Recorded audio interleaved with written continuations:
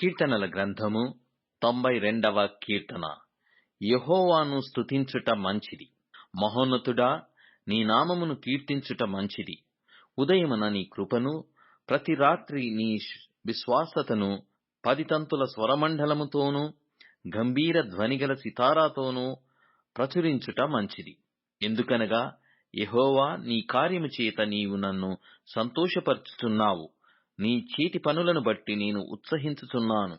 యెహోవా, నీ కార్యములు ఎంత దొడ్డవి! నీ ఆలోచనలు అతి గంభీరములు. పశుప్రాయులు వాటిని గ్రహింపరు, అవివేకులు వివేచింపరు.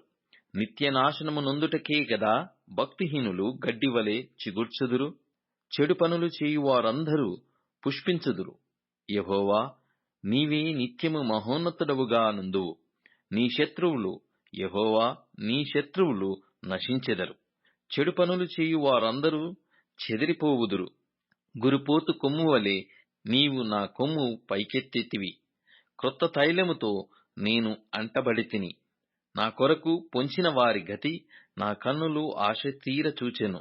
నాకు విరోధముగా లేచిన దుష్టులకు సంభవించినది నా చెవులకు వినబడెను. నీతిమంతులు ఖర్జూర వృక్షము వలె మువ్వువేయుదురు. లెబానోను మీది దేవదారు వృక్షము వలె వారు ఎదుగుదురు.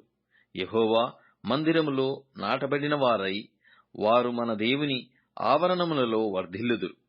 నాకు ఆశ్రయదుర్గమైన యెహోవా యథార్థవంతుడవనియు, ఆయన యందు ఏ చెడుతనమును లేదనియు ప్రసిద్ధి చేయుటకై వారు ముసలితనమందు ఇంకా చిగురు పెట్టుచుందురు. సారము కలిగి పచ్చగా నుందురు.